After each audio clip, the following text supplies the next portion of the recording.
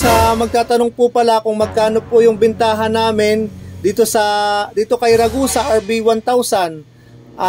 Ang bintahan po namin dito sa aming shop ay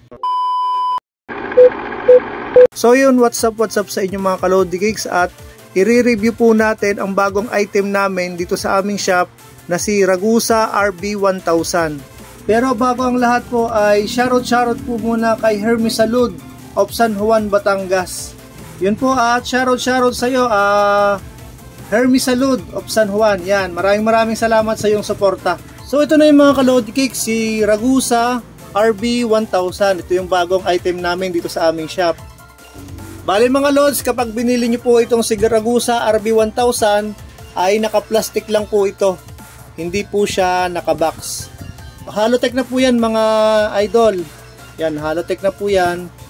Ito po yung kanyang kabilang crank, tapos may kasama na po siyang bottom bracket. Yan. Tapos crank cap. Ito na po. Bali mga idol, ito pong si Ragusa RB1000 ay nag-search na rin po ako tungkol dito. Bali ang material po nito ay T6 aluminum alloy. Yan. Tapos 130 BCD. Yan. Tapos 170 mm yung pinakang haba nitong crank arm niya. Dito po. So yun mga lods, meron po tayo ditong magnet para ma-sure po talaga natin na ito po ay alloy.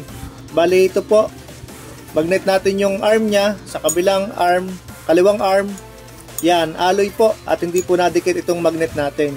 Dito naman po sa may right arm, yan, alloy po talaga yung kanyang arm. Tapos itong chainring niya, yan, bakal pa po. Yan. Tapos sa kabilang chainring. Tapos 2x na po itong si RB1000. Ito pong ano niya dito ay 50 teeth. Yan yung pinakamalaki na yan. Tapos sa kabila naman po ay 34 teeth. Dito naman po sa pinakang 2x niya. Ang pinakamaganda naman po dito kay Ragusa RB1000 ay removable na po yung kanyang chainring. Yan. Ito po, removable na po yan. Kaya pwede po nating palitan yung chainring niya kapag nasira. Tapos, bali 5 ano po siya. Ito, 5 bolt ang kailangan natin dyan kapag nagpalit tayo nyan. Tapos mga lods, kagaya ng sinabi ko sa inyo kanina, 130 BCD yung sukat nitong si Ragusa RB1000.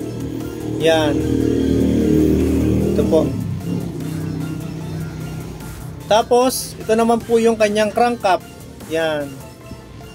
Tapos, ito po yung kanyang bottom bracket. Yan, may kasama na po siyang bottom bracket. At, meron pong 3 spacer. Yan. Ang plastic nga lang po yung pinakang spacer nitong itong kasamang spacer dito sa kanyang bottom bracket. Yan. So yun mga lods, meron po tayong timbangan. Tingnan po natin kung anong timbang nitong si Ragusa RB1000. Kung ilang kilo po siya. So ito mga idol yung ating timbangan, at timbangin po natin itong si Ragusa RB1000. Yan, lagay na po natin. Yan, yung right arm niya. Tapos ito yung kaliwang arm. Tapos ito yung bottom bracket. Sama na natin lahat. Pati itong crank cap niya. Yan. Bali tumitimbang lang po si Ragusa RB1000 ng yan. Kulang-kulang 3/4 po. Isang guhit na lang para mag 3/4. Magtatanong po pala kung magkano po yung bintahan namin dito kay Ragusa RB1000. Ang bentahan po namin dito sa aming shop ay 1,500 pesos lang po.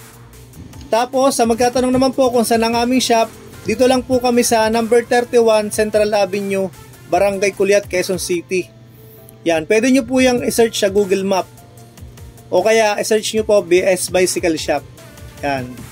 So yun mga lods, hanggang dito na lang po yung ating video. Sana po nakatulong yung ating video at nagkaroon po kayo ng option kung sakaling bibili po kayo ng crankset para sa inyong road bike o kagaya po nito, baka pwede nyo pong maging option.